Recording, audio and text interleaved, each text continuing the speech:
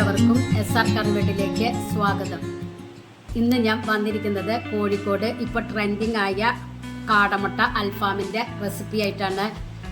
അപ്പം ഞാനൊന്ന് ട്രൈ ചെയ്ത് നോക്കി. എൻ്റെ ഒരു അനിയത്തി തന്നതാണ് ഈ റെസിപ്പി. അടിപൊളി ടേസ്റ്റാണ്. എല്ലാവരും ഒന്ന് ട്രൈ ചെയ്ത് നോക്കി ഫീഡ്ബാക്ക് ഒന്ന് അറിയിക്കുക. നോമ്പ് തുറക്കുമ്പോൾ കഴിക്കാൻ അടിപൊളി ടേസ്റ്റാണ്. അപ്പോൾ ഇതെങ്ങനെ റെഡിയാക്കാമെന്ന് നോക്കിയാലോ. അതിനായി 30 കാടമുട്ട എടുത്തിട്ടുണ്ട്. ഇത് പുഴുങ്ങി തൊണ്ട് കളഞ്ഞ് എടുത്തതാണ്. ഇനി ഒരു ബൗളിലേക്ക് ഒരു പിടി മല്ലിച്ചപ്പും പുതിനയും ഇട്ട് കൊടുക്കുക.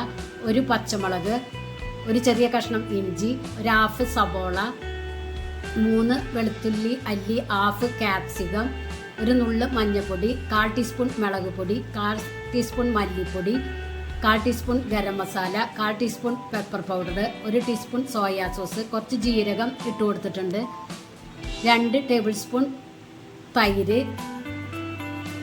ആവശ്യത്തിന് ഉപ്പ്, എല്ലാം കൂടി നല്ലതുപോലെ മിക്സ് ചെയ്തെടുക്കുക. എന്നിട്ട് മിക്സിയുടെ ജാറിൽ ഇട്ട് കൊടുത്ത് നല്ലതുപോലെ ബ്ലെൻഡ് ചെയ്തെടുക്കുക.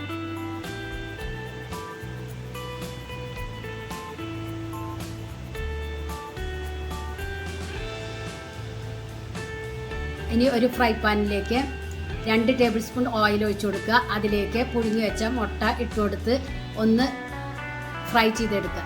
ഇനി ഇതിലേക്ക് ഒരു നുള്ള് മഞ്ഞൾപ്പൊടി, 1/4 ടീസ്പൂൺ മുളക് പൊടി ഇട്ടിട്ട് റോസ്റ്റ് ചെയ്തെടുക്കുക. ഇതിലേക്ക് മിക്സിയുടെ ജാറിൽ അരച്ച് വെച്ച അരപ്പ് ഒഴിച്ചു കൊടുക്കുക. ഹൈ ഫ്ലെയിമിൽ വെച്ചിട്ട് വേണം കുക്ക് ചെയ്യാൻ.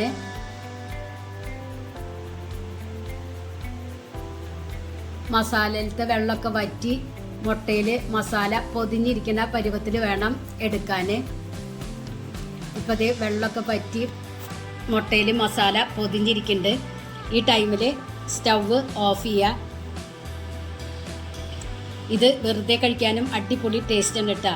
എല്ലാവരും ഒന്ന് ട്രൈ ചെയ്ത് നോക്കി ഫീഡ്ബാക്ക് ഒന്ന് അറിയിക്കുക.